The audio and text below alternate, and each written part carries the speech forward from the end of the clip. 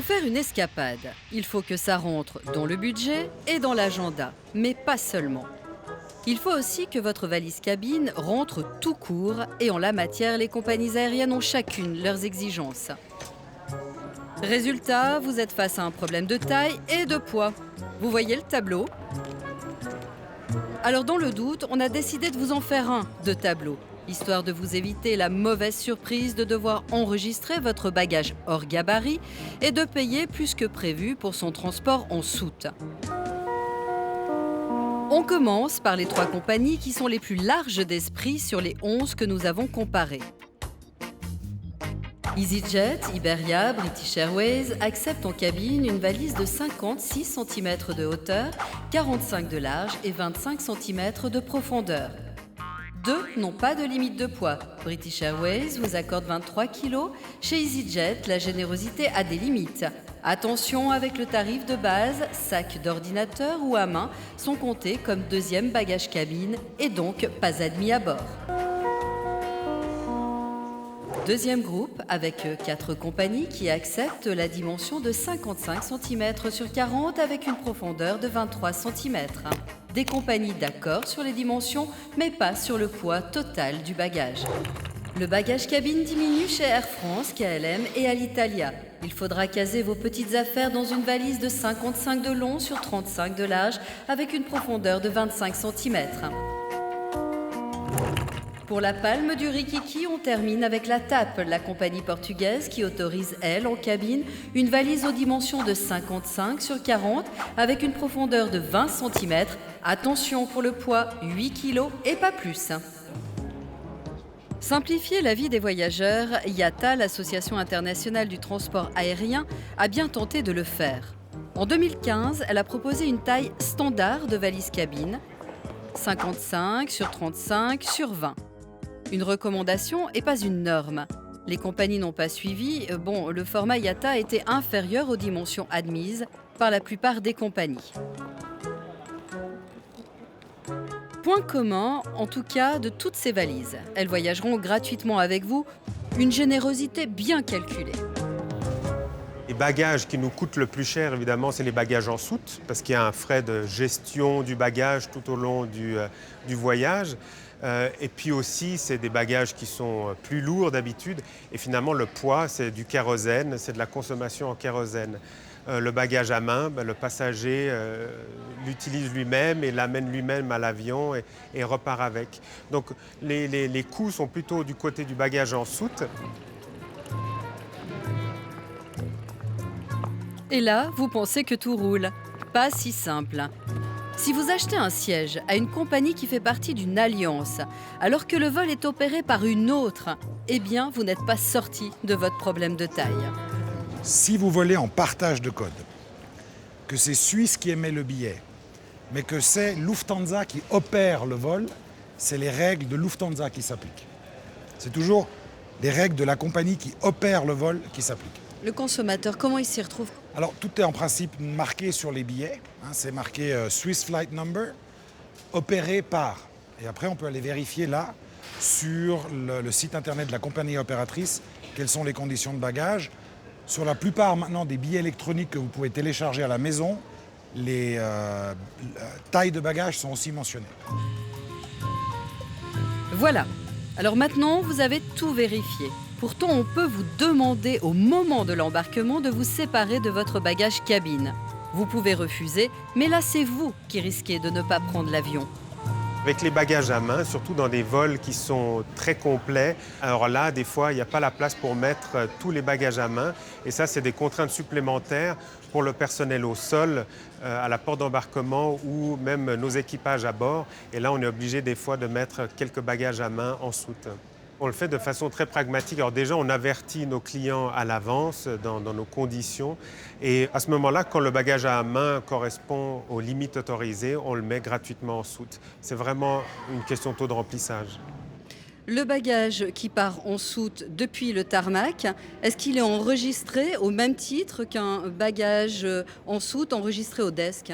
Alors, il est étiqueté sur place avec des étiquettes standards. Il suit ensuite le processus comme un bagage en soute. L'avantage d'une valise en soute, c'est qu'elle est protégée par la Convention de Montréal.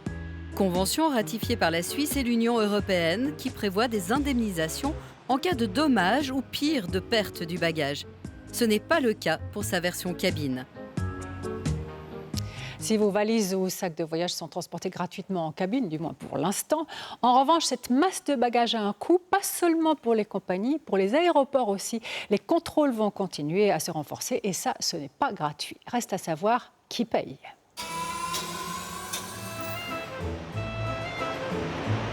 À l'aéroport de Genève, 50 000 bagages à main circulent en moyenne chaque jour. Ce nombre peut doubler pour certains vols court courrier du week-end. Un enjeu commercial pour les compagnies car le temps sur le tarmac est compté. 35 minutes, débarquement et embarquement des passagers compris. Suisse a investi dans 80 nouveaux avions.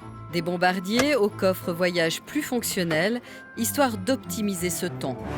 On a gagné dans le coffre à bagages, comme vous allez voir, en profondeur. C'est-à-dire qu'on peut se permettre de mettre beaucoup plus de bagages, mais aussi beaucoup plus de sacs à main, puisqu'il y a énormément de profondeur sur ces séries. Je vais vous montrer comment on peut placer éventuellement un bagage. C'est-à-dire qu'on peut le poser comme ça. Nous avons encore tout cet espace qu'on pouvait remplir. On pouvait remplir avec des bagages, d'autres bagages à main, tels que sacs à main par exemple. Et en fait, pour fermer, c'est très simple. On le ferme de cette façon-là et on ferme. On a beaucoup plus d'espace que la plupart d'autres avions. Votre rôle par rapport au bagage à main, quel est-il dans l'avion finalement? Si on a les passagers, l'embarquement il se fait beaucoup plus rapidement. Donc oui, je demande à tous mes équipages d'aider les passagers à placer les bagages à main assez rapidement pour laisser aussi d'autres passagers embarquer rapidement. Alors c'est un détecteur de métaux, hein, les traces de pied. Apparemment, vous en avez. Avez-vous des liquides, crème, gel et spray? On va y arriver. Nous sommes ici à la sûreté qui marque le passage entre la zone publique de l'aéroport et la zone dite réservée. Là, les passagers arrivent entre guillemets sales, comme on dit dans le jargon aéroportuaire, et ils doivent arriver propres en salle d'embarquement. Et ce nettoyage du passager et de ses bagages, il passe par l'auscultation du bagage à main. La gestion rapide des bagages cabines, ce n'est pas la seule obsession des compagnies. C'est aussi un problème de taille pour les aéroports. Moins d'attente au passage de sûreté, c'est en théorie plus de temps pour dépenser dans les duty-free ou en restauration. Un revenu indirect pour l'aéroport. Allez-y, bon voyage, monsieur. Toujours au registre du passage à la caisse, qui paye pour l'auscultation des valises cabines? Alors, très clairement, nous avons des machines ici, X-ray, dans lesquelles passent les bagages, et puis des portiques électromagnétiques sous lesquels passe le passager. Donc ces machines, elles ont effectivement un coût. Derrière ces machines, il y a des êtres humains formés qui doivent vérifier toutes les images qui sont prises par cette installation. Ce coût, il est d'environ 10 francs par passage, qui sont donc compris dans le billet d'avion payé par le passager. Ce sont les taxes aéroportuaires? C'est la fameuse redevance aéroportuaire qui est de l'ordre de 23-24 francs par billet, sur lesquels sont prélevés 10 francs pour financer la sûreté.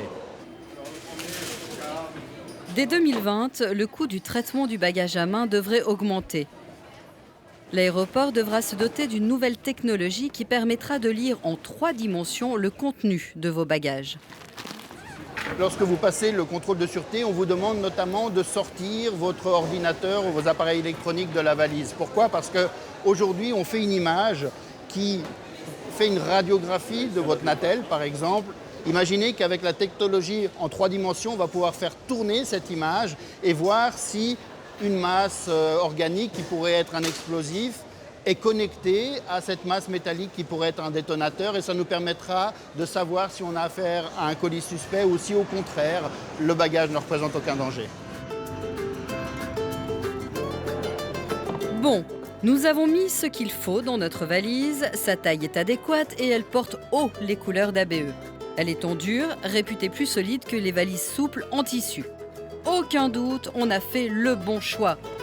Quoique, en regardant la valse de ses consoeurs voyageuses, on s'interroge. Est-ce qu'en matière de petite dure, il y aurait des degrés de solidité? Alors avant de réserver notre vol, on a fait un petit détour en Valais, dans le local de stockage de Swiss Bags, un vendeur multimarque de bagages mais aussi fabricant. Et là, on a appris qu'en matière de coques, il y a 2 grandes familles à choix. Les deux matières phares sont le polycarbonate et le polypropylène.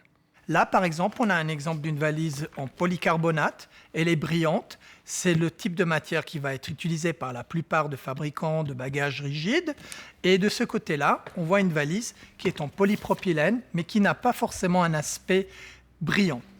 Outre l'aspect brillant ou pas, quels sont les avantages et les inconvénients de ces deux matières?